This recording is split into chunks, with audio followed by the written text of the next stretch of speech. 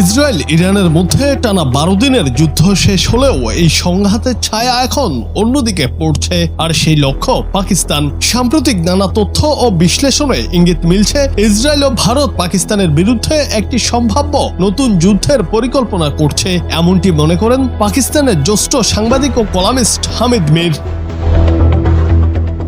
চলতি বছরের মে মাসে পাকিস্তানের কাছে একটি বড় কূটনৈতিক বা সামরিক পরাজয়ের পর ভারত নতুন করে ইসরায়েল সহ বহু পশ্চিমা দেশ থেকে গোপনে বিপুল অস্ত্র সংগ্রহ করছে। এসব পদক্ষেপ স্পষ্ট করে যে ভারত ও ইসরায়েল একত্রে পাকিস্তানের বিরুদ্ধে ভবিষ্যতে যুদ্ধের প্রস্তুতি নিচ্ছে। এই নতুন হুমকি শুধু কথার কথা নয়, এটি এখন বাস্তবতায় রূপ নিচ্ছে বলেও মনে করেন পাকিস্তানের এই জ্যেষ্ঠ সাংবাদিক। তার এক্সে বিভিন্ন পোস্টে তিনি এই নিয়ে বিশদ বিশ্লেষণ প্রকাশ করেছেন। ভারত এখন ইসরায়েলের সহযোগিতায় পাকিস্তানের বিরুদ্ধে প্রতিশোধ নিতে মরিয়া হয়ে উঠেছে। সম্প্রতি ইরান ইসরায়েলের 12 দিনের যুদ্ধের সময় পাকিস্তান প্রকাশ্যে ইরানকে সমর্থন করেছিল, এতে অনেক ইসরায়েলি ক্ষুব্ধ। এই অবস্থাকে কেন্দ্র করে ভারত ইসরায়েল জোটের মধ্যে পাকিস্তান বিরোধী পরিকল্পনার ইঙ্গিত স্পষ্ট হয়ে উঠেছে।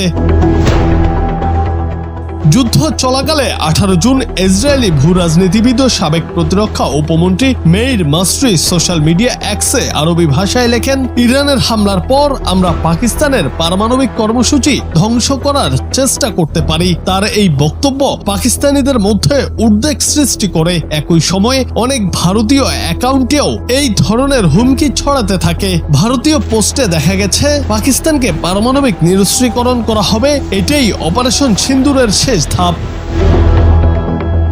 ভারত ও ইসরায়েলের মধ্যে সাম্প্রতিক অস্ত্র চুক্তিগুলো এই পরিকল্পনার অংশ হিসেবে দেখা যাচ্ছে। ইসরায়েলের বেশ কয়েকটি অস্ত্র প্রস্তুতকারী কোম্পানি ভারতে কারখানা খুলেছে। শুধু ক্ষেপণাস্ত্র নয়, তারা ভারতে ড্রোনও তৈরি করছে। 2018 সালে ভারতের আদানি গ্রুপ ও ইসরায়েলের এলবিট সিস্টেম একসঙ্গে মিলে হায়দ্রাবাদে একটি কারখানা গড়ে তোলে। সেখানে হারমিস 900 নামের সামরিক ড্রোন তৈরি হয়।